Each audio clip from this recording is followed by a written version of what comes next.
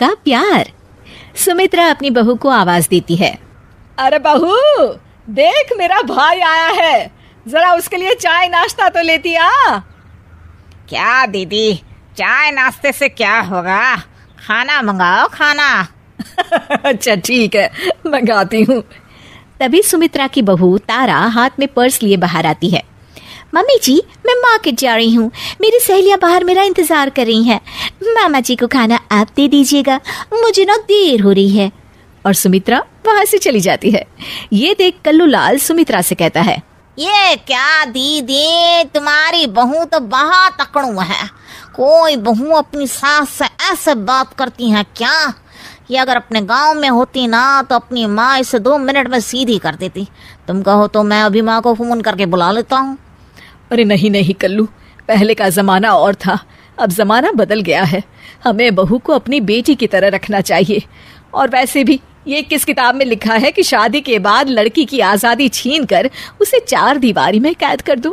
उसे भी अपनी मर्जी से जीने देना चाहिए। अरे इसी का नाम जिंदगी है। ये सब छोड़, तू खाना खा। हाँ हाँ दीदी, बड़ी जोरों की भूख लगी है। अगले दिन, ये देखिए मम्मी जी, कल मैं मार्केट से अपने लिए साड़ी लेकर आई हूँ। मैं आपके लिए भी साड़ी ले रही थी, लेकिन मुझे कोई साड़ी पसंद ही नहीं आई। अच्छा, मैं ऑफिस के लिए निकल रही हूँ, मुझे देर हो रही है। ये कहकर तारा वहां से चली जाती है। तारा की जाती ही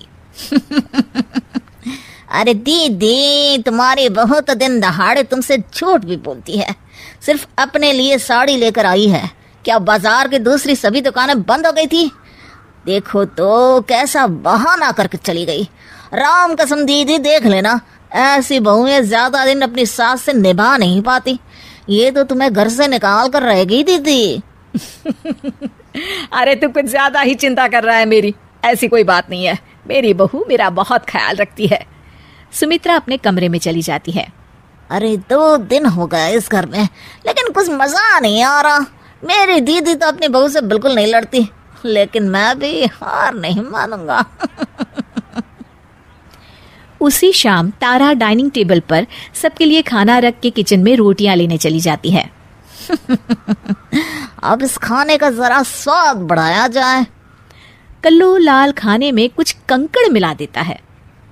अब इस खाने को खा के मेरी दीदी अपनी बहू की अच्छी खबर लेगी और मुझे आज सास बहू के झगड़े का लाइव एपिसोड देखने को मिलेगा।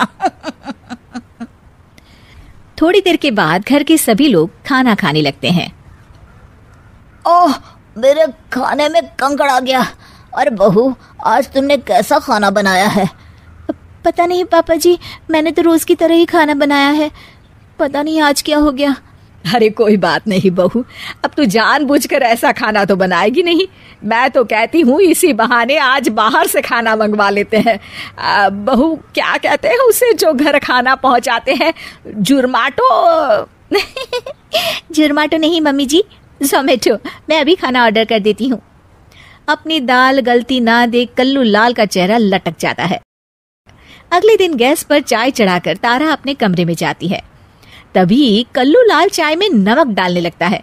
तारा ये सब देख लेती है और फौरन मोबाइल में वीडियो बनाकर अपनी सास को दिखा देती है। अरे ये कल्लू तो अभी तक नहीं सुधरा। मुझे तो लगता है मामा जी जानबूझकर हमें परेशान कर रहे हैं। हाँ, ये बात तो है। मैं देख रही हूँ जब से ये कल्लू आया है, हमेशा हम दोनों के बीच आग लगाने की कोशिश करते रहता है। इसे इस घर से भागना ही पड़ेगा, लेकिन जबरदस्ती भी तो निकाल नहीं सकते। आखिर भाई है मेरा। आप चिंता मत करिए माँ जी, मेरे पास एक बहुत बढ़िया आइडिया है। अगले दिन सुबह सुबह दोनों सास बहू आपस में लड़ने लगती हैं और तारा बैग उठाकर अपने मायके चली जाती है। ये देख कल्लू लाल खुशी से नाचने लगता है। लेकिन जिस तरह बिना पेट्रोल के गाड़ी नहीं चलती, ठीक उसी तरह बिना बहू के घर भी नहीं चल सकता।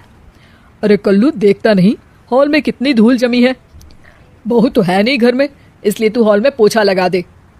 कल्लू लाल हिचकिचाते हुए कहता है। जीजा जी, मैं हॉल में पोछा लगाते हुए अच्छा लगूंगा क्या? अरे तुझे किस बात की शर्म? लल्लू लाल की दुकान पर दिन भर झूठे बर्तन धोता था, भूल गया क्या? चल फटाफट हॉल को चमका दे। मजबूरी में कल्लू लाल को फर्श पर पोछा लगाना पड़ता है। अगले दिन, अरे सुन कल्लू। जी दीदी। देख कल्लू, खाना बनाने के लिए बहू तो है नहीं घर में, इसलिए हमें बाहर से खाना मंगा कर खाना पड़ेगा। और हाँ, रमेश ने कलकत्ता से अभी तक पैसे नहीं भेजे, इसलिए तुझे अपने पैसों से खाना खरीद कर लाना होगा। कल्लू लाल जोश में आकर हाँ तो कर देता है, लेकिन कुछ दिनों बाद अरे ये क्या, मेरे इतने सारे पैसे खर्च हो गए, ऊपर से मैं इस घर का रामू काका बन गया हूँ। अरे मैं अपने पैसों से दूसरों के घर के खर्चे उठाओ, इतना बड़ा भी बेवकूफ़ नहीं हूँ। इससे अच्छा तो मैं फिर से लल्लू लाल की यहाँ जलेबियाँ तल के 4 पैसे ही कमा लूँ। मैं कल ही बस पकड़कर अपने गांव चला जाऊंगा। अगले दिन ठीक ऐसा ही होता है। कल्लू लाल बस पकड़कर सीधा अपने गांव निकल जाता है और उसके जाते ही तारा वापस आ जाती है और सभी मजे से रहने लगते हैं।